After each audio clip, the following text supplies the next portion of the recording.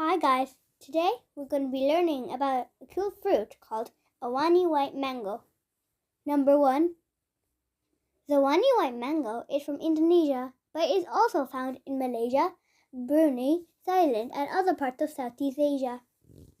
Number 2. Unlike other mangoes with orange or yellow flesh, this mango has white creamy flesh. Number 3. The Wani white mango has a unique smell apart from other mangoes with a mix of mango, banana, and durian. Number 4. Its flesh is soft and smooth, which is popular for smoothies, desserts, and other dishes. Number 5. It is rich in vitamins A and C, fiber, and antioxidants, which makes it a nutritious fruit. Number 6. The scientific name of a Wani white mango is Mangifera casea. Number 7.